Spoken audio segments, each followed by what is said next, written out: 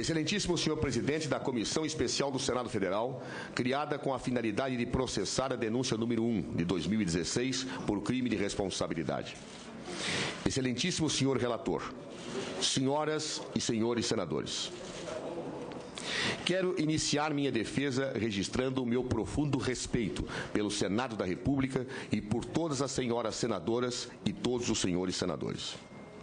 Assim como defendo a legitimidade do mandato que me foi conferido pelo voto de mais de 54 milhões de brasileiros, tenho perfeita compreensão da legitimidade dos mandatos daqueles que serão agora os meus 81 juízes, que chegaram a esta casa igualmente amparados no voto popular. Dito isto, peço às senhoras e aos senhores o direito de me apresentar como sou, com toda a clareza e sinceridade. Saibam todos que vocês estão julgando uma mulher honesta, uma servidora pública dedicada e uma lutadora de causas justas. Tenho orgulho de ser a primeira mulher eleita presidente do Brasil. Nestes anos, exerci meu mandato de forma digna e honesta. Honrei os votos que recebi.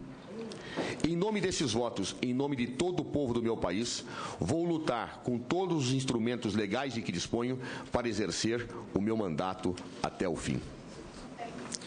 O destino sempre me reservou grandes desafios. Alguns pareciam intransponíveis, mas eu consegui vencê-los. Já sofri a dor indizível da tortura. Já passei pela dor aflitiva da doença. E hoje sofro a dor igualmente inominável da injustiça. O que mais dói nesse momento é a injustiça. O que mais dói é perceber que estou sendo vítima de uma farsa jurídica e política. Não esmoreço. Olho para trás e vejo tudo o que fizemos. Olho para frente e vejo tudo o que ainda precisamos e podemos fazer.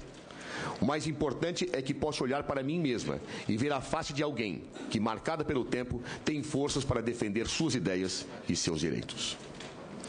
Nunca deixei de lutar ao longo de toda a minha vida pelo que acredito. Nunca me desviei das minhas crenças ou das minhas convicções éticas e políticas. Sempre acreditei na liberdade e na possibilidade de construção de uma sociedade justa e fraterna, onde a exploração e a miséria não existam. Sempre acreditei na igualdade entre homens e mulheres, na necessidade de lutarmos com paixão, intransigência e firmeza contra todas as formas de opressão, preconceito e intolerância. Também sempre acreditei na democracia e por ela lutei, abdicando de muitas coisas na minha vida pessoal. A ela dediquei a minha juventude. Sofri, como tantos outros, na carne, a ação violenta do ódio, da intolerância e do autoritarismo daqueles que nunca receberam do povo o poder de governar.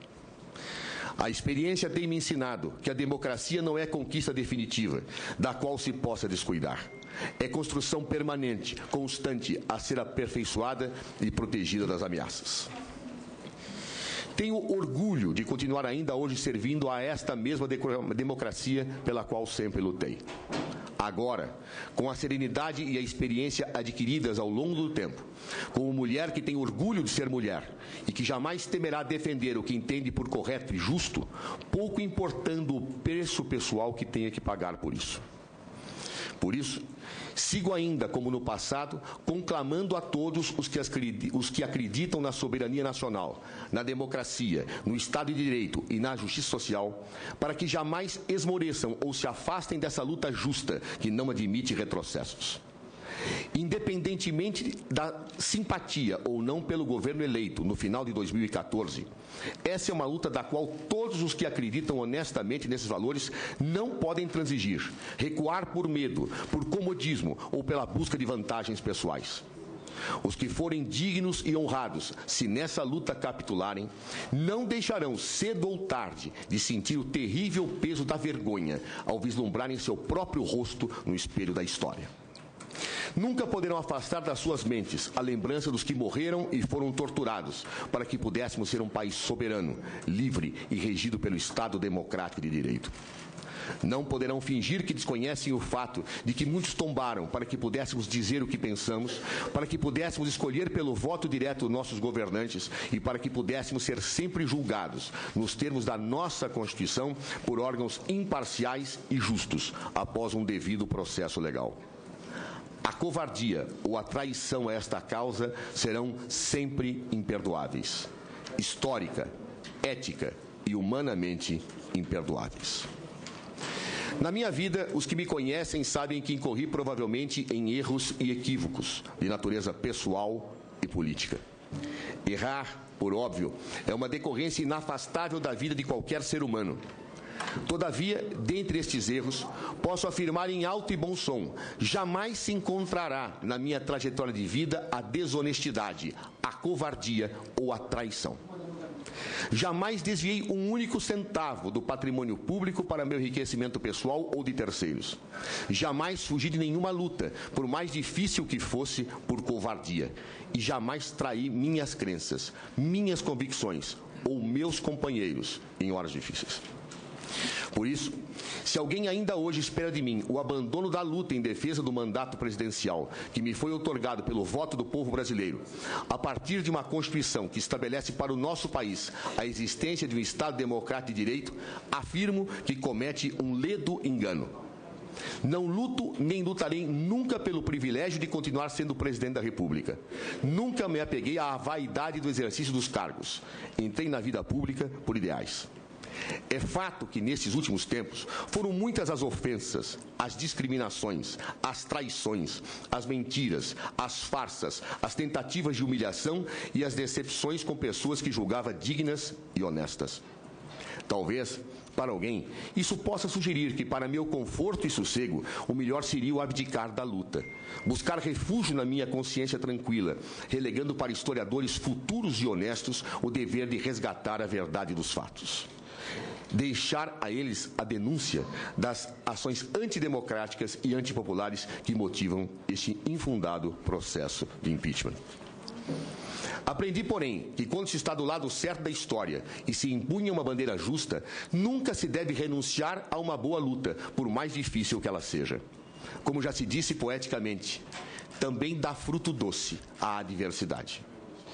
Tenho a convicção de que os frutos desta resistência democrática, empreendida por todos os que não querem o retrocesso político e social do nosso país, aparecem cada vez mais a cada dia. Apesar dos esforços destrutivos de algumas lideranças políticas e empresariais e de alguns setores da mídia, creio que apenas seja uma questão de tempo para que os que hoje se julgam vitoriosos venham a ser colocados no devido lugar que a luta democrática e a história lhes reserva. Continuo a lutar assim pela democracia do meu país e para que a vontade popular não seja desrespeitada, como já o foi tantas vezes no passado. Continuo a lutar para que soe o alerta democrático de que não é com a destituição inconstitucional de um governo legítimo, isto é, não é por meio de um golpe de Estado apoiado na farsa e construído pela falsa retórica jurídica que se poderá trazer melhores dias para o nosso povo. Sou alvo dessa farsa porque, como presidenta, nunca me submeti a chantagens. Não aceitei fazer concessões e conciliações escusas, de bastidores, tão conhecidas da política tradicional do nosso país. Nunca aceitei a submissão, a subordinação e a traição dos meus eleitores como preço a pagar pelos acordos que fiz. É por ter repelido a chantagem que estou sendo julgada. Este processo de impeachment somente existe por eu ter rechaçado o assédio de chantagistas. Não nego que tenha cometido erros, e por eles certamente sou e serei cobrada, mas estou sendo perseguida pelos meus acertos.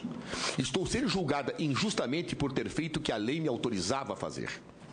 Nunca em nenhum país democrático o mandato legítimo de um presidente foi interrompido por causa de atos de rotina de gestão orçamentária. O Brasil ameaça ser o primeiro país a fazer isto. O maior risco para o Brasil nesse momento é continuar a ser dirigido por um governo sem voto. Um governo que não foi eleito diretamente pela população não terá legitimidade para propor saídas para a crise.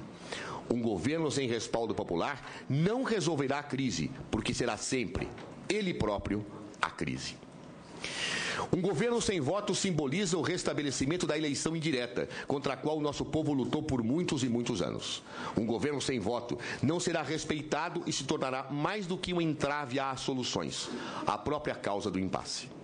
Interromper meu mandato de forma injusta e irregular representará impor grande risco a todas as cidadãs e cidadãos de nosso Brasil. É com este espírito e por essas razões pessoais e de Estado que, por meio do meu advogado de defesa, presto os esclarecimentos que a seguir passam a ser firmados nos autos desse processo de impeachment. Contra mim, nesse processo, são dirigidas 2 denúncias por crime de responsabilidade. Sou acusada de editar decretos de abertura de crédito suplementar sem a devida autorização legislativa. Sou acusada também de determinar o atraso de pagamentos de subvenções econômicas ao Banco do Brasil, no âmbito da execução de um programa de crédito rural, Plano Safra.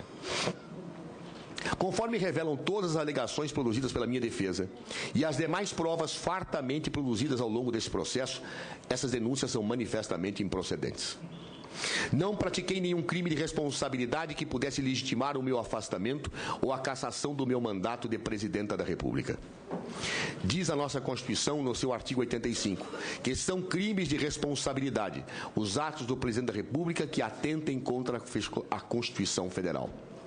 Afirma ainda o seu parágrafo único, que estes crimes serão definidos em lei especial que estabelecerá as normas de processo e de julgamento. Diante desse dispositivo constitucional, nenhuma dúvida poderá existir de que somente caracterizarão crimes de responsabilidade atos gravíssimos que sejam diretamente praticados pelo Presidente da República, na conformidade do definido em lei e ainda em decorrência de sua inequívoca conduta dolosa. Também não podem existir dúvidas de que a ocorrência desses crimes, apesar de ensejarem um juízo de valoração política por parte dos membros do Poder Legislativo que atuarão como julgadores, deve restar plenamente provada em um devido processo legal para que possa existir a responsabilização política do chefe do Estado e de governo e a afirmação legal e legítima do seu impeachment. No que diz respeito à edição dos decretos suplementares, referidos na denúncia parcialmente recebida pelo senhor Presidente da Câmara no dia 2 de dezembro de 2015, é importante observar que dos 6 atos administrativos originalmente mencionados, após o decidido por esta comissão e a perícia realizada por requerimento da nossa defesa nesse processo, reconhece-se agora que apenas 3 devem continuar ainda a ser discutidos quanto a se poderiam ou não ter sido editados sem uma prévia autorização legislativa. Não tenho a menor dúvida de que esses decretos foram baixados com a devida autorização legal e sem qualquer ofensa às nobres atribuições constitucionais do Poder Legislativo. Essa autorização foi dada pelo artigo 4º da Lei 13.115, de 20 de abril de 2015, Lei Orçamentária Anual vigente para o ano de 2015. De fato, esse dispositivo legal autorizava expressamente a edição de decretos de abertura de créditos suplementares, desde que as alterações promovidas na programação orçamentária sejam compatíveis com a obtenção da meta de resultado primário estabelecida para o exercício de 2015. E assim foi feito pelo meu governo, como demonstrado nestes autos. Conforme atestado pelos diversos órgãos técnicos que firmaram posicionamentos favoráveis à edição destes 3 atos administrativos, de acordo com a concepção jurídica e financeira pacificamente admitida à época da sua edição, esses decretos de abertura de crédito suplementar não mantinham nenhuma situação jurídica de incompatibilidade financeira com as metas fiscais.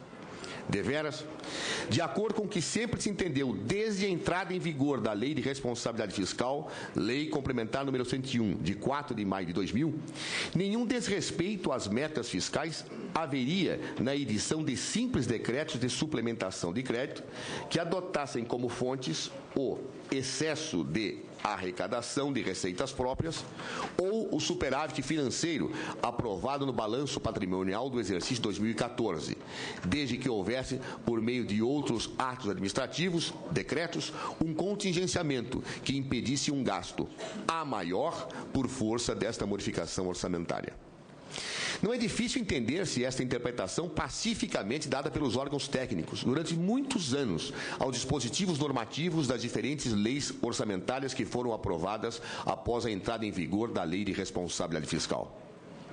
Um orçamento, por si, apenas autoriza aos administradores públicos a possibilidade da realização de uma despesa. Um decreto presidencial que suplementa créditos de uma lei orçamentária aprovada, em sendo assim, apenas autoriza a suplementação daquelas programações que originalmente estão previstas na lei aprovada pelo Congresso Nacional. Por óbvio, se os gastos previstos, todavia, forem por um outro ato impedidos de serem realizados, em linguagem técnica, contingenciados, de maneira a que a alteração feita pelo decreto de suplementação não implique em quaisquer gastos a maior do que os originalmente previstos, do ponto de vista financeiro, não haverá qualquer possibilidade lógica e jurídica de que estes atos venham a contribuir com desrespeito à obtenção das metas fiscais. Afinal, as metas fiscais possuem natureza estritamente financeira, ou seja, dizem respeito apenas a gastos efetivamente feitos, jamais guardando qualquer pertinência por si só com as meras autorizações de gastos formalmente estabelecidas na lei orçamentária vigente. Este, repita-se, era o entendimento jurídico dominante seguido por todos os órgãos administrativos ao longo de todos os governos que se seguiram à entrada em vigor da Lei de Responsabilidade Fiscal. E foi o entendimento seguido, naturalmente, em relação aos decretos discutidos nesse processo. Sem qualquer sombra de dúvida, os créditos suplementados por esses decretos, de acordo com esta concepção pacificamente admitida à época, guardavam indiscutível compatibilidade com a meta fiscal. Isto porque, por força do contingenciamento das verbas orçamentárias determinado por outros decretos por mim assinados, esses atos administrativos jamais poderiam ensejar gastos a maior do que originalmente estabelecido. Não há como se dizer que decretos de abertura e crédito suplementar possam prejudicar o alcance das metas fiscais, quando as autorizações orçamentárias por ele acrescidas não podem ser financeiramente gastas, em decorrência da limitação imposta pelos decretos de contingenciamento. Por isso, é absolutamente descabido afirmar-se que a impossibilidade de atingimento das metas fiscais ao longo do ano 2015 se deveu, em qualquer medida, à edição desses decretos de abertura de créditos suplementares. Qualquer análise, por mais superficial que seja, revela que essa dificuldade ocorreu única e exclusivamente pela queda vertiginosa da receita ao longo deste ano, motivada pela crise econômica. Por óbvio, não foram esses decretos, na medida em que não implicaram em nenhum gasto a maior, por força do já aludido contingenciamento, que ensejaram em si qualquer alteração na realidade financeira da administração federal. Eles apenas implicaram em mera realocação formal e abstrata das atividades em que poderiam ser despendidos os mesmos valores financeiros disponíveis, sem qualquer elevação dos gastos financeiros. Foram atos, como de praxe acontecia, praticados ao longo de uma rotineira gestão orçamentária. A propósito, é importante observar que, ao contrário do que muitas vezes se afirma de forma equivocada, no ano de 2015, o governo federal fez o maior contingenciamento da sua história. Meu governo, com isso, demonstrou um claro compromisso com a responsabilidade fiscal. Contingenciou-se tudo o que se podia, sem a paralisação de atividades consideradas essenciais para a população brasileira, dentro de padrões de razoabilidade e de um absoluto compromisso com o interesse público. O agravamento da crise, todavia, fez com que, apesar do contingenciamento, a queda das receitas viesse a indicar a necessidade de que o governo propusesse ao Congresso Nacional a mudança legislativa das metas fiscais estabelecidas. Dentro desse procedimento recomendado e utilizado por diferentes governos, desde a entrada em vigor da Lei de Responsabilidade Fiscal, foi aprovada pelo Congresso Nacional, antes do final do ano, a alteração da meta fiscal. Considerando que, sem dúvida, as metas fiscais são anuais, por força de disposição legal expressa da Lei de Responsabilidade Fiscal, em nenhum momento, de acordo com a interpretação dominante, as metas fiscais de 2015 foram desrespeitadas pelo meu governo.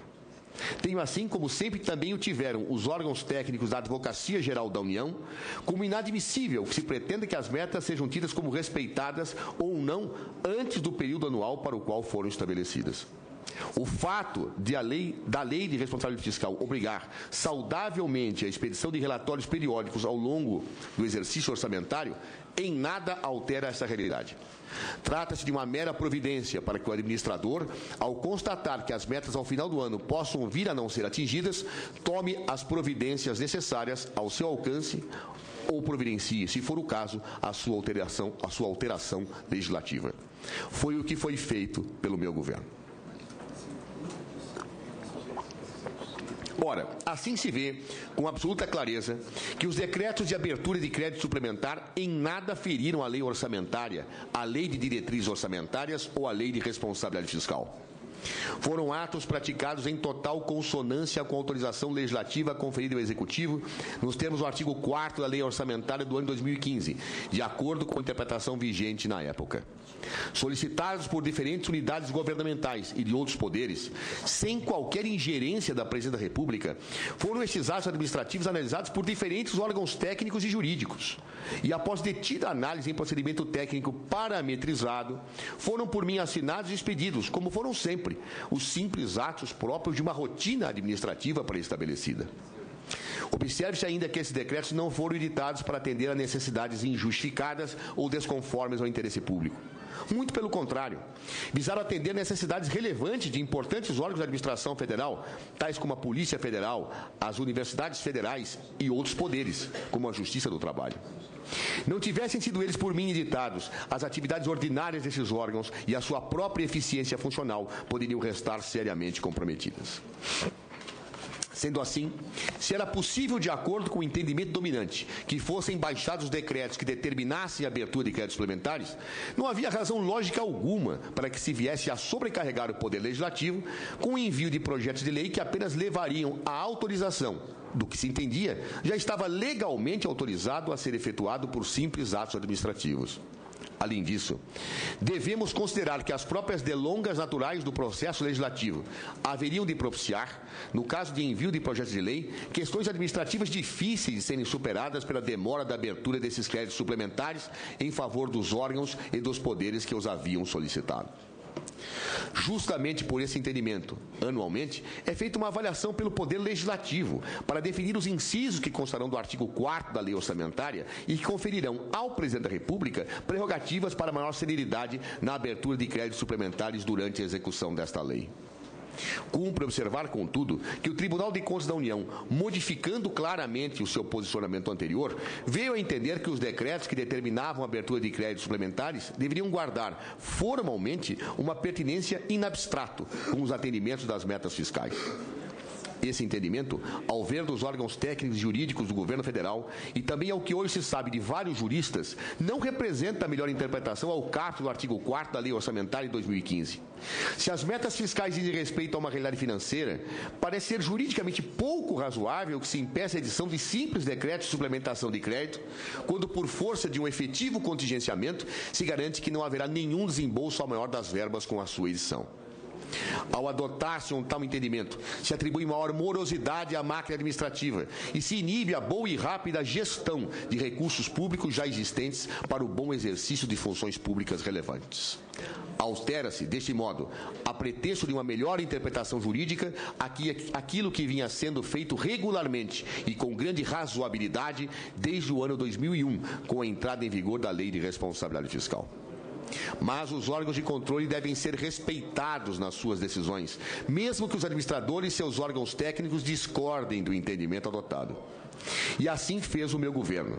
A partir do momento em que foi decidido pelo Tribunal de Contas da União a impropriedade, a seu ver, da expedição de decretos de crédito suplementar em situações de incompatibilidade orçamentária e não financeira com a meta fiscal, mesmo que as verbas estivessem contingenciadas, o governo federal deixou de editar tais decretos.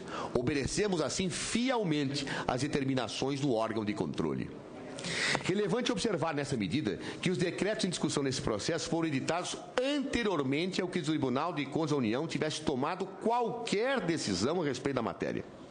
Como já salientado, para a sua expedição foi seguido o procedimento parametrizado, adotado há anos, obtendo-se as prévias manifestações técnicas e jurídicas favoráveis de diversos órgãos da administração federal que afirmavam a legalidade dos atos, em especial sua compatibilidade com a obtenção da meta de resultado, conforme determinava a explícita autorização legal.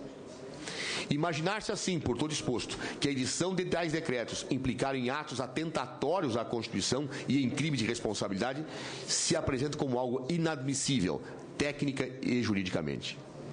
Onde estaria o crime de responsabilizado e materializado pela edição desses decretos? No fato de ter a chefe do Executivo atendido à solicitação de órgãos públicos, inclusive de outros poderes, para atender às suas necessidades inadiáveis, seguindo um procedimento de rotina adotado há anos?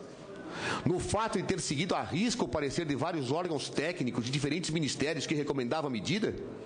No fato de estar seguindo uma orientação jurídica dominante, até então incontestada, de que esses decretos não estariam por si só, apesar do contingenciamento decretado, desatendendo as metas fiscais?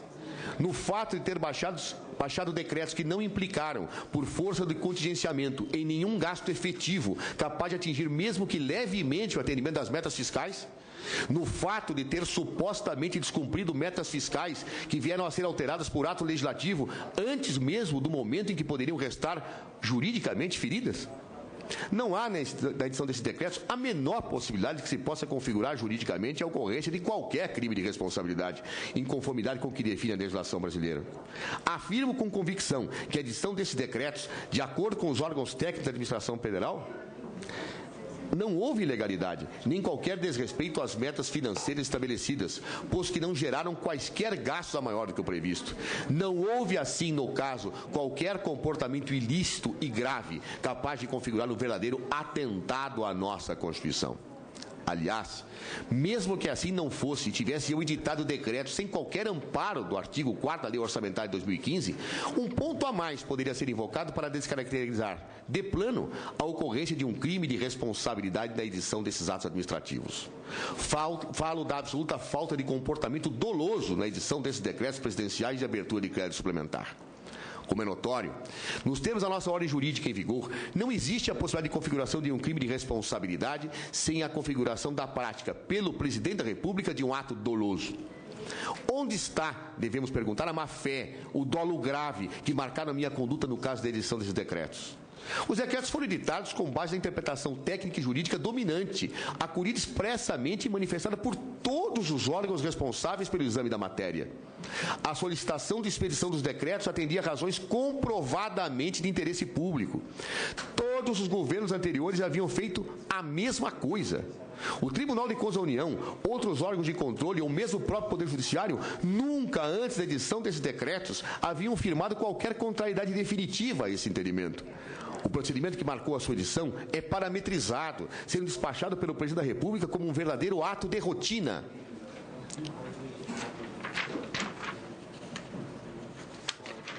Onde estará, então, o dolo que caracteriza meu ato delituoso? No que, ao assinar e mandar publicar esses decretos, teriam atentado gravemente contra a Constituição da República? Aliás, restou demonstrado pela minha defesa que no ano de 2001, governo do presidente Fernando Henrique Cardoso, e no ano de 2009, governo do presidente Luiz Inácio Lula da Silva, em períodos em que se impôs a modificação das metas fiscais, também foram editados decretos idênticos aos meus. Em períodos que se impôs a modificação de metas fiscais, também foram editados decretos idênticos aos meus, ora discutidos nesses autos. Na oportunidade, o Tribunal de Contas da União aprovou as contas desses presidentes, inclusive no ano de 2001, fazendo expressa referência a esses decretos de abertura de crédito suplementar. Teriam esses presidentes também atentado contra a Constituição, incorrendo na prática de crimes de responsabilidade? Por que teriam então silenciado os órgãos de controle, aprovando as suas contas após detida análise da execução orçamentária?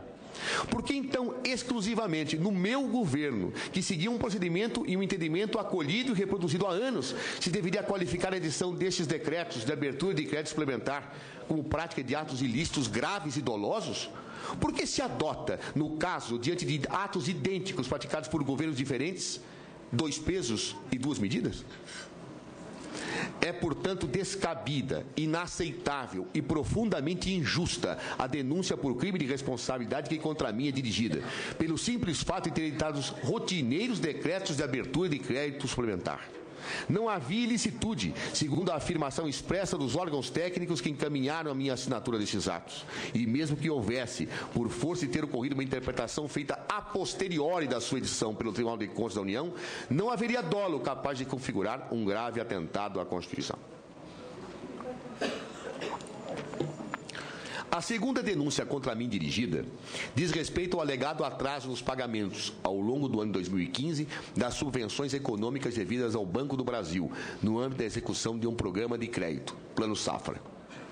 Afirma-se que esses supostos atrasos teriam qualificado uma verdadeira operação de crédito entre o Poder Executivo e um banco público, o que estaria vedado pela Lei de Responsabilidade Fiscal, artigos 36 e 38. Em primeiro lugar, cumpre afirmar que aqui existe novamente uma clara colisão entre o que era reconhecido como apropriado pelos órgãos jurídicos da administração federal e o que, mais tarde, passou a ser decidido pelo Tribunal de Contas da União.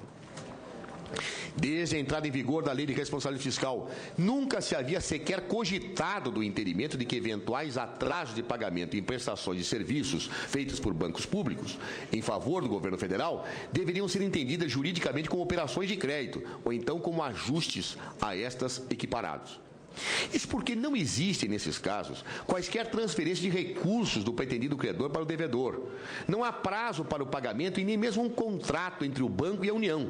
E a previsão de atualização dos valores está contida em portarias do Ministério da Fazenda desde a vigência da Lei de Responsabilidade Fiscal em 2001.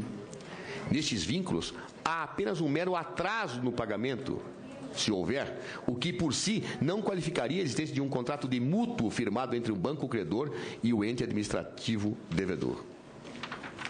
Por diversos governos, nunca se considerou qualquer possibilidade jurídica, portanto, de que essas situações de inadimplência relativa de um ajuste pertinente a uma prestação de serviços pudessem ser vistas como algo vedado pela Lei de Responsabilidade Fiscal. O fato de que no meu governo os valores envolvidos nesses atrasos tenham assumido um patamar específico em nada altera esta realidade. A natureza de um negócio jurídico não é alterada pela quantidade de recursos financeiros que neles são alocados. Ou seja, um atraso de pagamento de um contrato de prestação de serviços não se transforma juridicamente em uma operação de crédito pela quantificação dos valores nele envolvidos. Ou é para o direito uma operação de crédito, ou não é, pouco importando se o valor quantificado em eventual atraso é de R$1 ou de R$1 bilhão. Até antes do Tribunal de Contas da União mudar sua posição sobre a matéria, atrasos dessa natureza realizados em contratos de prestação de serviços com instituições financeiras governamentais nunca haviam sido considerados como tal. Não bastasse isso. No caso específico do Plano Safra, sequer um ajuste negocial propriamente dito existe entre o governo federal e o Banco do Brasil. Trata-se de uma situação jurídica inteiramente determinada por lei, Lei 8.427, de 27 de maio de 1992, onde a União recebe o comando normativo de arcar com uma subvenção econômica e operações de crédito rural. A própria execução do Plano Safra, assim, não decorre das cláusulas estabelecidas em um convênio ou em um ajuste contratual. Ela é unilateralmente disciplinada e regulamentada por meio de portarias do Ministério da Fazenda. Nestas portarias, diga-se, nunca se fixou um prazo determinado para o pagamento das subvenções, donde nunca terem os órgãos jurídicos, ainda por maiores razões, vislumbrado a possibilidade da existência de uma tese jurídica de que supostos atrasos de pagamento no âmbito deste plano pudessem ser compreendidos como operações de crédito, vedadas pela Lei de Responsabilidade Fiscal. Apesar disso, como já salientado, no final de 2015, o Tribunal de Contas veio a alterar a sua compreensão sobre a matéria. Passou a entender o que antes os órgãos jurídicos da Advocacia Geral da União não vislumbravam, que eventuais atrasos de pagamentos na prestação de serviços estariam legalmente vedados por força de disposições da Lei de Responsabilidade Fiscal. Contudo, um importante detalhe deve aqui ser observado. Essa alteração definitiva de entendimento do Tribunal de Contas da União veio ocorrer apenas em dezembro de 2015, ou seja, em momento posterior à ocorrência dos supostos atrasos no pagamento de subvenções do Plano Safra, qualificados na denúncia como crimes de responsabilidade. Não se pode tentar qualificar como ilícita, ou mesmo como dolosa, uma conduta realizada por uma administração em período anterior àquele em que a posição do órgão de controle veio afirmar o seu novo posicionamento sobre a matéria. Se uma conduta antes era admitida como válida, não se pode, a posteriori, ao se compreender que seria inválida, se tentar imputar uma sanção retroativa a quem, no momento dos fatos, tinha a convicção de que não estava descumprindo a lei. Todavia, não bastasse essa circunstância, por si só, descaracterizadora da possibilidade de ocorrência no caso de um crime de responsabilidade, uma outra questão merece ser legitimamente suscitada. De acordo com a legislação em vigor, a execução e o gerenciamento do Plano Safra não competem à Presidência da República. A sua regulamentação decorre de portarias do Ministério da Fazenda. Logo, não coube a mim qualquer determinação quanto ao momento em que deveria ser efetuado o pagamento das subvenções econômicas devidas ao Banco do Brasil. Deveras, não foi submetida ao meu âmbito decisório e nem deveria ser qualquer questão relativa à regulamentação ou à gestão concreta do Plano Safra. Não foi a Presidência da República quem definiu prazos, momentos ou montante de pagamento de quaisquer valores a serem repassados à instituição financeira responsável pela sua execução. Sendo assim, como aliás restou provado nestes autos por toda a prova testemunhal e pela própria prova pericial produzida, não se pode falar na existência de qualquer ato por mim praticado em relação ao Plano Safra que pudesse vir a qualificar a ocorrência de um crime de responsabilidade nos termos do artigo 85 da Constituição Federal. Não há crime de responsabilidade sem ato atentatório à Constituição praticado por um presidente da República. Apresenta-se desta forma como inteiramente descabida a acusação em apreço. Desde a abertura desse processo, a minha defesa indagou qual o ato que eu teria praticado, no caso, para a tipificação da ocorrência de um crime de responsabilidade. Tanto no relatório produzido na Câmara como no Senado, essa pergunta não foi respondida. E agora, pelas provas documentais juntadas aos autos, pelas testemunhas e pela perícia, resta provado, de forma indiscutível, não houve qualquer ato jurídico por mim praticado que pudesse ser certificado como um crime de responsabilidade. Aliás, o texto da denúncia originalmente chega a afirmar, curiosamente, que eu teria praticado um ato comissivo em relação aos supostos atrasos de pagamento no âmbito do Plano Safra. Que ato comissivo seria este? Segundo os denunciantes, este ato restaria materializado no simples fato de que eu conversaria frequentemente com o secretário do Tesouro, senhor Arno Augustin, segundo notícias divulgadas pela imprensa. Em outras palavras, a prova da existência do ato jurídico que materializaria a acusação contra mim dirigida estaria no fato de que eu manteria constantes conversas com o aludido secretário do Tesouro Nacional. Esta afirmação, não é necessário ter formação jurídica para se perceber, é verdadeiramente absurda. Além de eu nunca ter tratado de assuntos pertinentes ao Plano Safra com nenhum secretário de Tesouro, é importante observar que o senhor Arno Augustin não exercia esta função em 2015, no momento em que ocorreram os fatos denunciados. Ou seja, conversas pretensamente realizadas com o ex-secretário de Tesouro, substituído em 2015, é que seriam a absurda prova do ato comissivo por mim praticado. Tal afirmação, pela sua própria irrazoabilidade, demonstra a debilidade das acusações que são dirigidas contra mim nestes autos. Da mesma forma, imaginasse que eu teria me omitido em relação ao dever de impedir os supostos atrasos de pagamento das subvenções econômicas ao Banco do Brasil na execução do Plano Safra, também parece uma afirmação marcada por uma profunda incongruência jurídica. Se a gestão do Plano Safra não era feita pela Presidência da República, como se pode imaginar que tivesse eu algum dever específico a ser cumprido em relação à determinação desses repasses? Como pode ter sido omitido aquele que não tinha o dever de fazer e nem dispunha das informações gerenciais cotidianas que pudessem implicar numa eventual tomada de posição? Imaginar-se em sã consciência que um presidente da República, comandando política e administrativamente o Poder Executivo, ou seja, dirigindo uma gigantesca máquina administrativa constituída de centenas de milhares de servidores, deva possuir um dever gerencial específico sobre o momento em que devem ser pagos os montantes de determinado programa, é rematado absurdo. Como provado nestes autos, o conhecimento da gestão cotidiana do Plano Safra, a exemplo de dezenas de outras situações correlatas, não passa pelo conhecimento direto do Presidente da República ou mesmo do seu próprio gabinete. Supor o contrário revela um profundo desconhecimento da máquina administrativa e da distribuição de competências e responsabilidades no âmbito do Poder Executivo. Ou o incontínuo desejo de que eu seja incriminada, a qualquer preço, por atos praticados ao longo do meu primeiro ano do meu segundo mandato presidencial.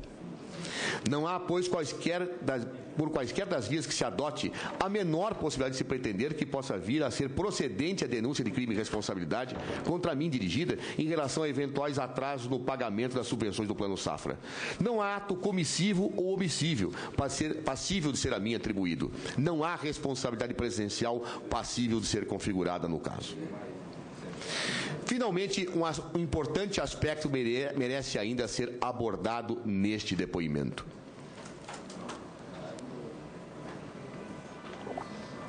Afirmou a minha defesa, desde a sua primeira manifestação nestes autos, textualmente, que esse processo foi aberto e vem sendo promovido com manifesto e inequívoco desvio de poder. De fato, esse processo de impeachment nunca visou o atendimento da finalidade pela qual a Constituição e a lei vieram, in abstrato, a admiti-lo. Reconhecidamente, não se partiu de atos ilícitos graves por mim praticados dolosamente para que se pudesse apurar uma eventual e necessária responsabilização política da chefia do Executivo. Ao revés, partiu-se do desejo claro de que, por razões puramente políticas, houvesse o meu afastamento da Presidência da República, para então passar-se a procurar de forma ávida quaisquer pretextos jurídicos que pudessem justificar retoricamente a consumação desta intenção. Isso explica, aliás, a absoluta fragilidade das acusações que constituem a denúncia por crime de responsabilidade contra mim dirigida nesse processo. Desde a sua abertura pelo presidente da Câmara, Eduardo Cunha, as razões reais e a finalidade objetiva que movem esse processo de impeachment são absolutamente claras. Várias forças políticas viam e continuam a ver a minha postura de não intervir ou de não obstar as investigações realizadas pela Operação Lava Jato como algo que colocava em risco setores da classe política brasileira. Como disse um dos líderes mais importantes do governo interino, o senador Romero Jucá, era preciso me destituir da presidência da República para que, enfim, fosse possível um acordo que esvaziasse as operações policiais contra a corrupção e fosse estancada a sangria resultante dessas investigações. Várias outras declarações de integrantes do grupo que apoia ou está hoje no governo confirmaram esta revelação.